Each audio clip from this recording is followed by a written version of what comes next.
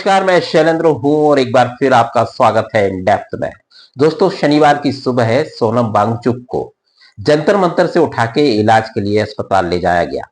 और जिस तरह से उनको ले जाया गया, शायद जो योजनाकार हैं इस आंदोलन के वो यही चाह रहे थे।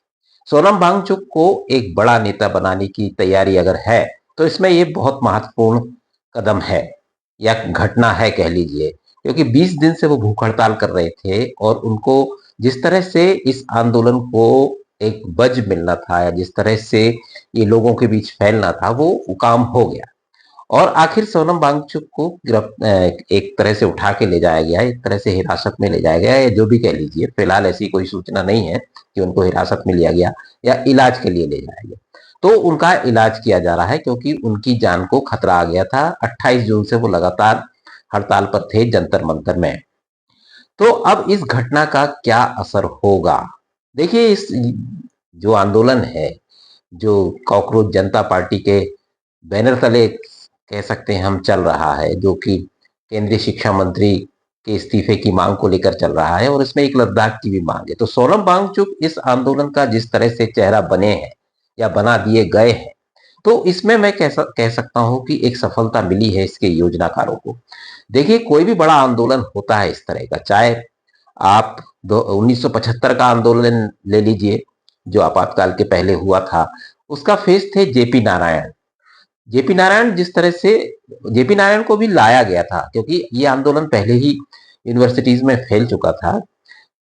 कॉलेज की फीसेस हो, चाहे भ्रष्टाचार हो, चाहे दूसरे मुद्दे हो, तो ये आंदोलन तो खड़ा हो गया था, लेकिन उसके लिए फेस की जरूरत थी। तो जेपी नारायण को लाया गया और ये आंदोलन का असर आपने देखा। इमरजेंसी लगानी पड़ी इंदिरा गांधी को और उसके बाद वो चुनाव हार गई और उसकी बहुत बड़ी वजह जेपी नारायण बने, ये आंदोलन बना। इसी तरह 2011 में केजरीवाल जब लोकपाल को लेकर आए तो उनको भी एक फेस की जरूरत थी।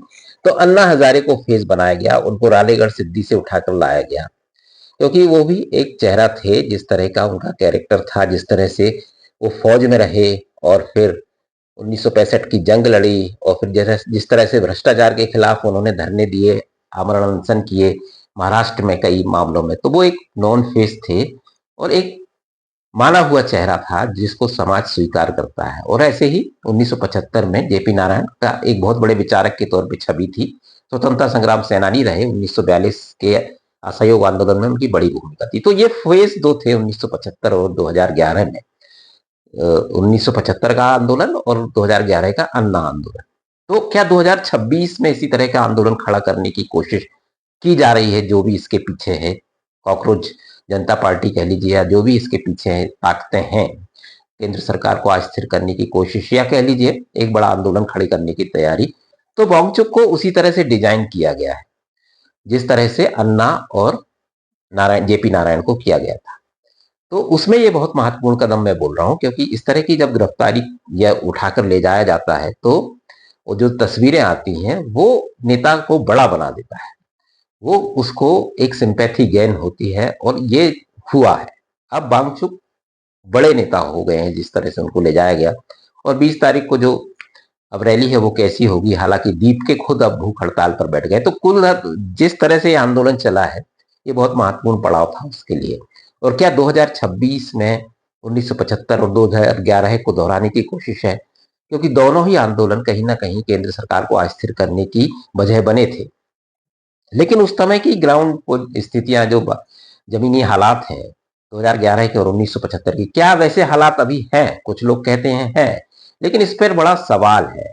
और जिस तरह की लोकप्रिय सरकार है केंद्र में, जिस तरह से लोकप्रियता है नरेंद्र मोदी की, क्या ये कोशिश सफल हो पाएगी वांगचुक के जरिए जो की जा रही है? दीप के जो करने की कोशिश कर रहे हैं, कॉकरोच जनता पार्टी जो कर रही है।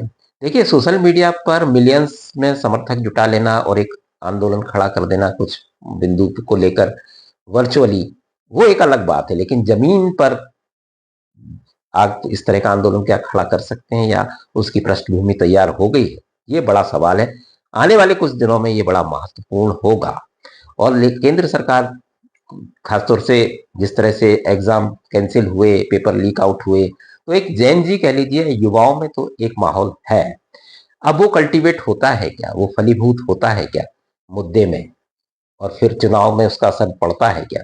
तो ये बहुत महत्वपूर्ण समय है और आगे क्या होगा इस मामले में, वांगचुक को कैसे एक थ्री इडियट की जो छवि थी एक कलाकार की, या जो एक कैरेक्टर था थ्री इडियट्स में, उसके द्वारा जोड़ा गया। आमिर खान ने कहा कि उस पर आधारित नहीं थी फिल्म। तो ये अंदर काफी कुछ चल रहा है इनकी वांगचुक की छवि को लेकर भी। और जिस तरह से लद्दाख में उन्होंने एक बड़ा आंदोलन किया था और उनकी गिरफ्तारी हुई थी, एनएसए के तहत उन पर मुकदमा दर्ज था। तो मसाला बहुत सारा है इस पूरे मामले में। आने वाले दिनों में दिलचस्प होगा कि वांगचुक, सोनम वांगचुक किस तरह से एक नेता प्रोजेक्ट किए जाते हैं और उसके पीछे जो ताकत है वो कैसे उनको, और खासतौर से सोशल मीडिया के इस दौर में वर्चुअली नेता कैसे तैयार किए जाते हैं, वो ये भी एक उदाहरण है। तो आने वाले दिनों में देखिए काफी दिलचस्प इसमें समीकरण बनने हैं और हम इस पर आपके साथ बात करते रहेंगे। फिलहाल इस वीडियो में इतना ही, दीजिए इजाजत, नमस्कार।